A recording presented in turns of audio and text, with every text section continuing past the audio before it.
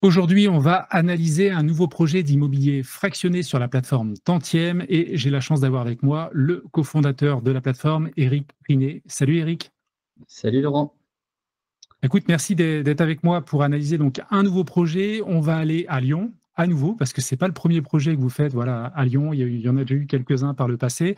Juste avant, je vais peut-être te laisser te présenter, représenter la plateforme, hein. Je pense que c'est important pour les nouvelles personnes qui me suivraient, peut-être en une, deux minutes, de balayer les points clés de Tantième, hein. Ouais, alors très rapidement, effectivement, moi je suis Éric Prinet, donc je suis un des deux cofondateurs, avec Thomas Penet, hein, que vous avez sans doute déjà vu dans des vidéos avec toi, Laurent. Thomas, il vient de la promotion immobilière, il était chez Cogedim, il était directeur marketing et commercial France. Et pour ma part, j'ai fait 20 ans en cabinet de conseil et je m'occupais de la practice immobilier j'accompagnais des foncières, des bailleurs sociaux et des promoteurs, voilà, dans leurs projets d'optimisation. Et donc on a lancé Tantième maintenant il y a 2 ans et demi avec une approche patrimoniale de l'immobilier, donc avec trouver des projets de qualité qui génèrent du rendement et un potentiel de plus-value, on l'espère. Ok, c'est très clair. Petits éléments supplémentaires, donc Tantième, c'est accessible à partir de 100 euros. Bien sûr, tu me reprends si je dis des bêtises. C'est de l'immobilier fractionné, donc on touche des loyers chaque mois. Ça, c'est important. Après, bien sûr, c'est brut, il faut retirer l'imposition. Et c'est patrimonial, effectivement, comme tu le disais, parce que vous cherchez à chaque fois des biens dans des grandes villes de France avec des emplacements premium. Et ça, c'est clairement un petit peu votre marque de fabrique. Et d'ailleurs, petite question, comment vous faites pour trouver justement ces biens-là? Je me posais la question en préparant justement la vidéo et ça peut peut-être intéresser voilà, d'autres personnes. Oui, alors c'est effectivement c'est le sujet clé. Alors le premier point, c'est que derrière Tantième, il y a 25 actionnaires qui viennent tous du monde de l'immobilier. Donc c'est vrai qu'on dit souvent que l'immobilier, c'est un jeu de réseau et on joue cette carte du réseau assez fortement. On est en contact avec énormément de brokers et de professionnels locaux. Et puis après, c'est des partenariats de long terme aussi avec des gens avec qui on est en confiance. Typiquement, là, le projet dans Lyon, la Traboul, c'est les mêmes partenaires que celui qu'on avait fait à Lyon-Bellecour. Donc, des gens qui sont très bien implantés localement, avec qui on est très en confiance. Donc, voilà, c'est plein de. Et puis après aussi, la capacité voilà, de se positionner, de négocier, d'être Ouais. visible et de respecter ses partenaires, ça c'est important. Comme tu le soulignes, donc le réseau en immobilier, c'est Ouais. hyper important. Donc ce projet, on est à Lyon, Lyon-Traboul, et Ouais. on est sur un objectif de financement d'un peu plus d'1 million d'euros. Alors bien sûr, on va balayer la plaquette, mais juste en introduction, donc la collecte, elle aura lieu dans 2 jours. On est Ouais. aujourd'hui le 16, donc c'est 18 à 12h30.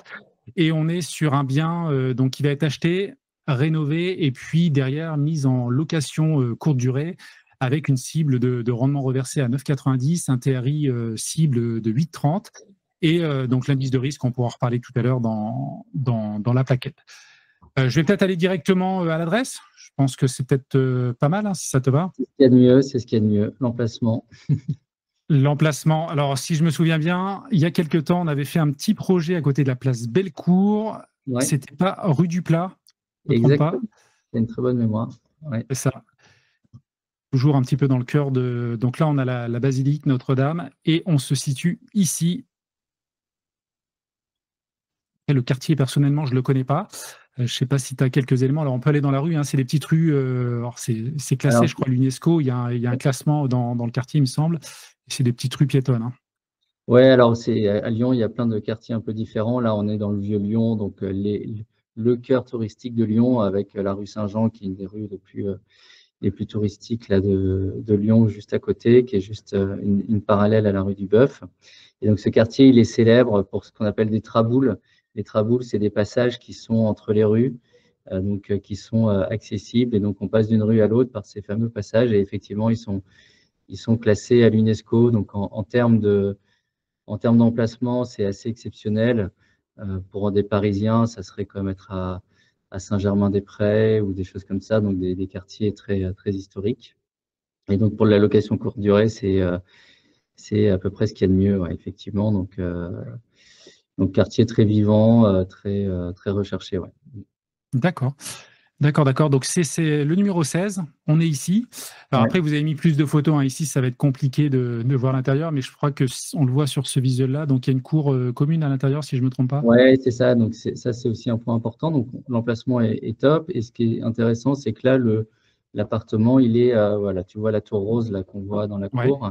Donc, il est dans cette cour. Il y a un petit escalier, on verra sur les photos. On monte sur une terrasse. Et donc, on accède, on est un peu protégé du passage de la cour. Et donc, on est sur cette terrasse un peu en arrière-cour. D'accord. Donc, l'emplacement est très bien, ouais. Ok. Bon, je vais ouvrir la plaquette qui est de l'autre côté. Hop. Et donc, cette tour rose est un des monuments. D'ailleurs, on la retrouve pas mal dans des vidéos sur les visites guidées. Je t'enverrai, si tu veux, des vidéos où elle a été élue parmi les monuments préférés des Lyonnais. Donc, c'est un endroit assez exceptionnel. Ouais. Bon, j'imagine qu'il ne faut pas avoir des travaux à faire dessus parce que compliqué. Il Alors, faudra passer avec l'urbanisme, mais ça ne doit pas être simple. alors, bien sûr, on a regardé tous les PV d'AG, effectivement, les travaux, les sujets de travaux. Donc, il n'y a pas de. Il y a un sujet sur d'ici 2 ans de 5 000 € de provision de travaux qu'on a passé, mais je pense D'accord. que c'est pas avant 2-3 ans. Donc, et, le toit principal a été refait. Il y a un petit bout de toit sur un des côtés qui pourrait être refait. Donc, on a provisionné 5 000 €, qui est le devis, le dernier devis de l'AG. D'accord. Donc on est à du 6,9 donc sur la première année, brut bien sûr, à retirer la fiscalité, sachant que si vous voulez découvrir d'ailleurs la plateforme, hein, si vous n'êtes pas inscrit, vous pouvez par le lien en description obtenir un bonus de 2,3% sur votre premier projet. Donc 8,3% de TRI cible et puis bah écoute, on va balayer la plaquette parce qu'il y a pas mal d'informations, comme à chaque fois. Je vais descendre un petit peu. Alors les points clés, l'adresse, on l'a vu, on est donc sur un appartement d'une belle surface, hein, 145 mètres carrés. Ouais. Et vous avez prévu de réaliser des travaux d'aménagement. Donc, pour le montant, on verra un petit peu plus tard dans le Ouais. prévisionnel.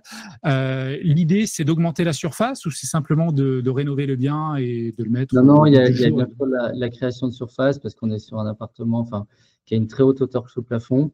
Alors, je précise tout de suite, on dit appartement, on est quand même, on est une commercialité, hein, ça c'est un point important. Tu connais Tantième, on fait pas de location courte durée si on n'a pas la commercialité adaptée. Donc, la commercialité, c'est quoi, hein? Je rappelle pour ceux qui connaissent pas, c'est qu'un actif immobilier peut avoir deux catégories. Alors, il y en a un peu plus, mais deux catégories principales, le résidentiel ou le commercial. Le résidentiel, c'est pour du logement. Le commercial, après, il peut y avoir différentes sous-catégories, et notamment celle qui nous intéresse, c'est la sous-catégorie hôtellerie.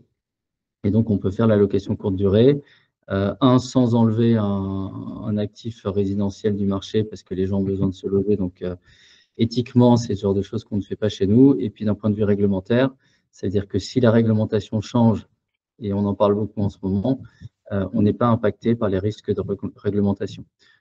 On serait même impacté positivement parce que ça pourrait avoir tendance à réduire le parc de location courte durée disponible sur le marché.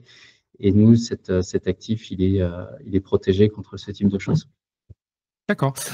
C'était quoi justement avant, vu que vous avez la commercialité, c'était quoi avant justement C'est comme... un atelier de tisserie, je crois, ou un atelier d'artisan. Je ne sais plus D'accord.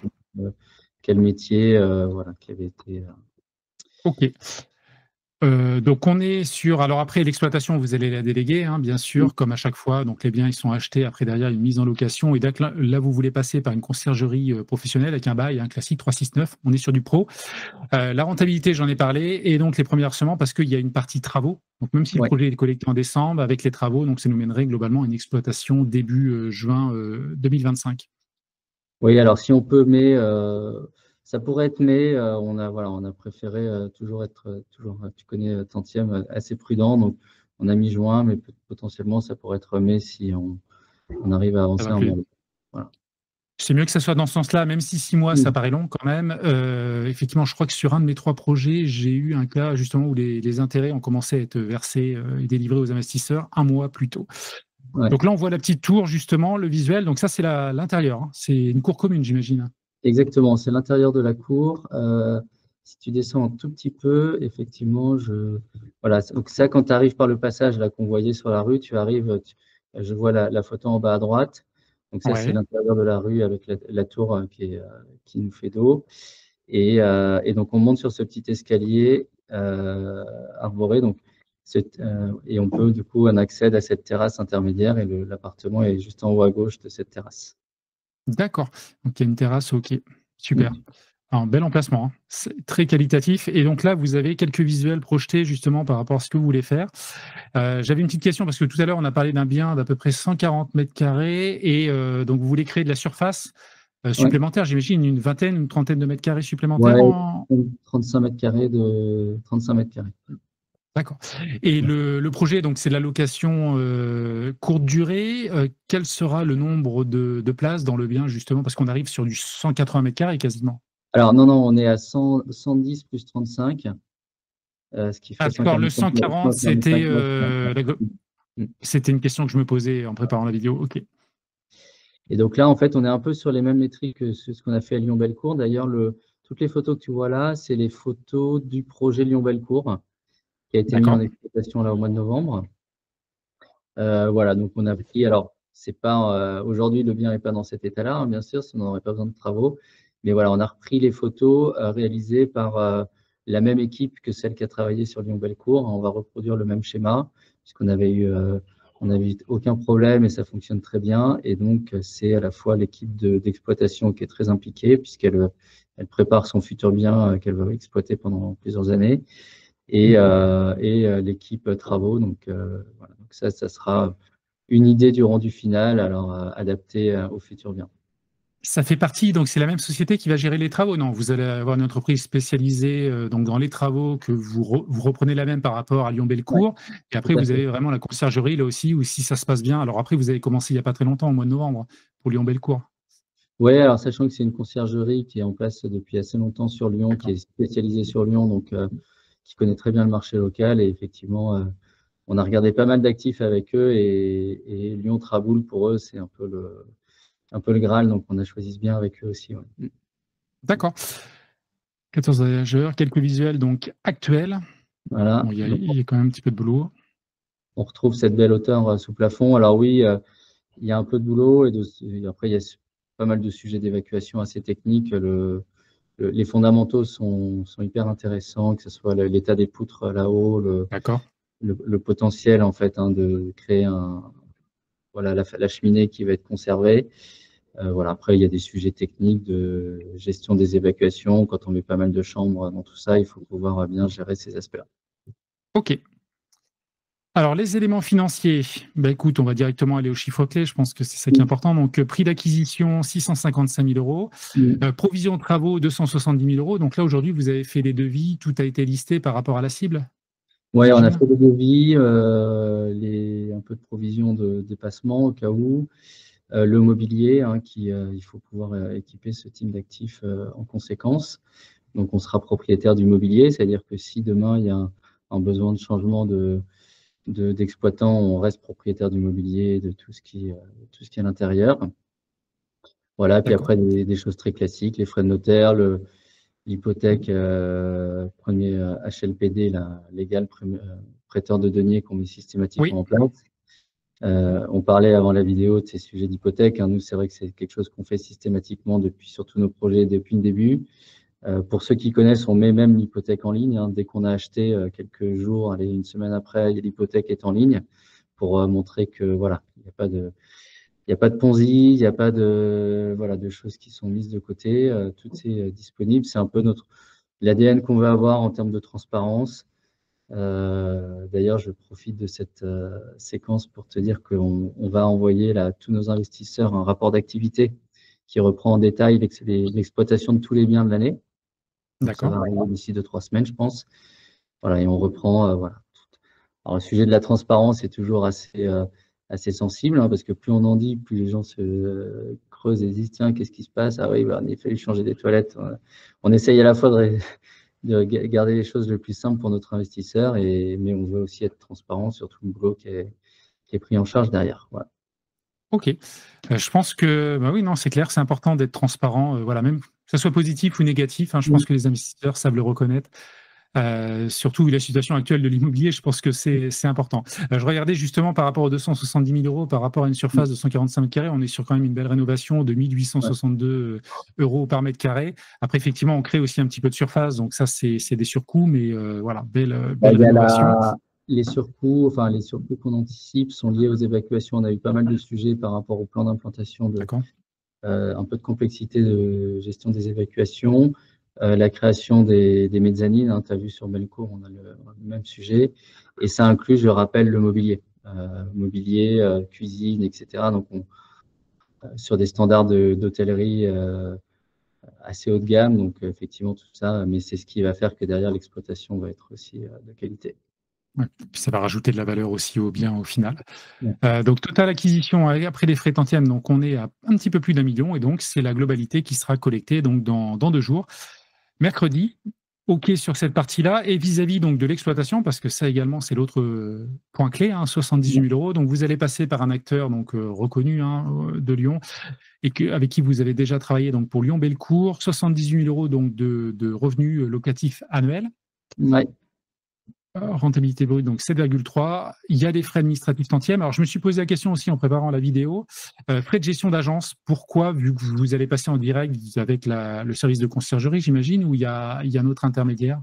En fait, on distingue, on distingue deux types de frais. Les frais qui sont vraiment administratifs au sens plateforme, euh, les KYC, la redistribution des obligataires, etc. Donc, qui sont vraiment la gestion comptable, etc. La partie gestion agence, qui est plutôt la gestion locative, au sens discussion, négociation des baux, suivi des charges, etc. Donc, on distingue ces deux poches de frais, ce qui globalement fait 5% de coût de gestion, ce qui est assez faible par rapport au marché. L'idée étant de pouvoir se dire sur certains projets, on le gère en direct et sur d'autres, on délègue complètement la gestion. D'accord. Typiquement sur Paris Bourse, on s'était posé la question parce que Nexity était le gestionnaire historique et rien que sur la partie frais de gestion agence, ils prenaient 6%, donc on a préféré les gérer nous-mêmes. Et c'est vrai que ça prend vite un peu de temps. Il faut aller aux AG 1 ou 2 fois par an. Il faut aller visiter le bien 1 ou 2 fois par an, faire quelques suivis travaux. Donc, c'est des frais qui sont C'est sur cette sûr. partie-là, 3%, qui sont assez raisonnables. Après, vous êtes à Paris, donc Paris, c'est peut-être un peu plus simple que Lyon. Effectivement, les coûts seront moindres. OK, donc on arrive sur un loyer net, donc enfin brut pour l'investisseur, bien sûr, à retirer la fiscalité donc de 6,9%, comme on l'a dit tout à l'heure, et en année 8, parce que c'est ça qui est important, parce que le bien va s'apprécier probablement Ouais. dans le temps. Et donc là, vous avez donc une cible. Alors, je vais peut-être te laisser réévoquer ce point-là, une augmentation donc de 2,5% régulière.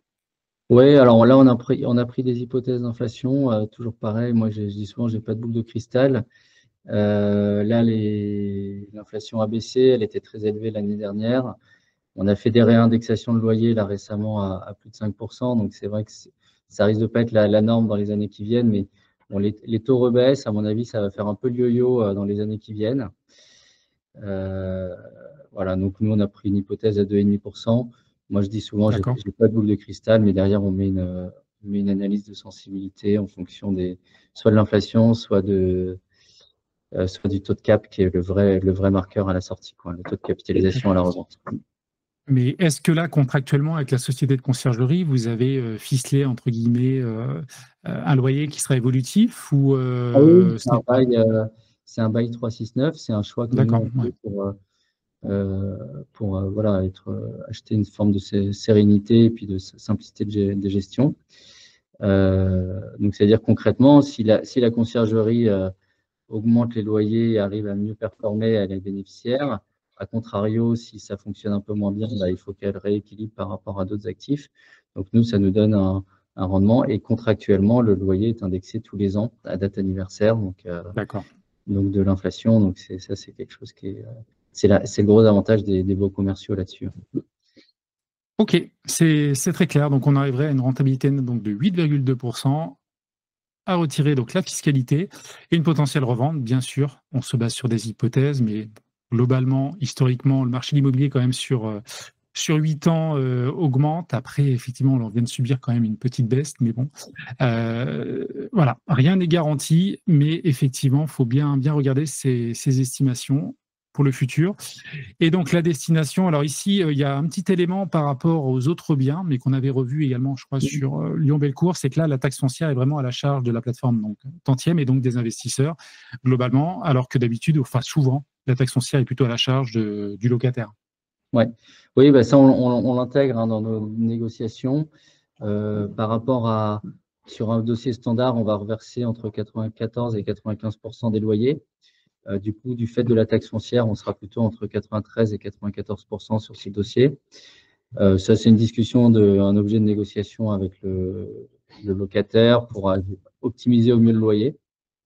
Sachant qu'il y a un point important, c'est que c'est bien la conciergerie, dans ce cas-là, qui prend en charge tous les travaux de il faut changer le canapé, il faut changer la vaisselle, ils ont consommé plus d'électricité, plus d'eau, etc. Tout ça, c'est vraiment la conciergerie qui prend à sa charge. Donc, et qui reste quand même le gros des aléas.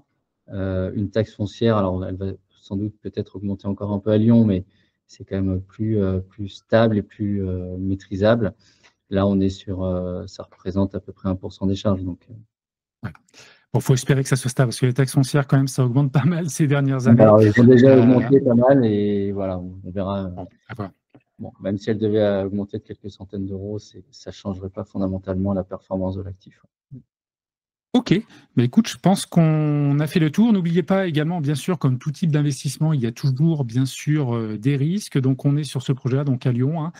Le rendement, je le rappelle, 6,9% donc de rendement net en année 1, TRI cible donc de 8,3%. Si vous voulez découvrir la plateforme Tantième, bah, écoutez, je mettrai un petit lien affilié en description qui vous permettra d'obtenir un petit bonus de 2,3% sur le premier projet. Puis, bah, écoute, je vais te laisser le mot de la fin sur ce projet-là. Et en tout cas, merci pour ton intervention et puis voilà l'analyse de ce projet. Oui, bah merci à toi, Laurent. Non, mais c'est vrai que nous, c'est un chouette projet. Tout le monde était hyper enthousiaste, ne serait-ce que par l'emplacement, hein, qui est. Alors, c'est vrai qu'on fait souvent des chouettes emplacements chez Tantième, mais celui-là est particulièrement bien placé avec voilà, cette tour rose, etc. Le rendement qui est attractif. Moi, je dis souvent sur le sujet du rendement, parfois on dit ouais, mais en ce moment, je peux avoir du 7,5 ailleurs. Ce qui est important d'avoir en tête, c'est que ce rendement, si tout va bien, on va l'avoir et il va croître sur les 8 prochaines années. Si les taux baissent, dans quelques années, dans quelques mois, peut-être 2-3 ans, on se battra pour, comme c'était le cas il y a quelques, je ne sais pas si tu te souviens, en 2022 ou 2023, pour avoir du 3 ou du 4% sur des comptes livrés à la banque. Donc, voilà, c'est ça qui est un des vrais intérêts, c'est de compter un rendement assez qualitatif dans un endroit assez exceptionnel. Et puis, comme toi, hein, sur la plus-value à la revente, on espère. Je vous invite sur la notion de taux de cap à la sortie. Moi, je pense que les taux vont baisser, donc la revente devrait être assez favorable. On est quand même dans un moment de marché qui sur des actifs commerciaux et professionnels, peut être assez exceptionnel.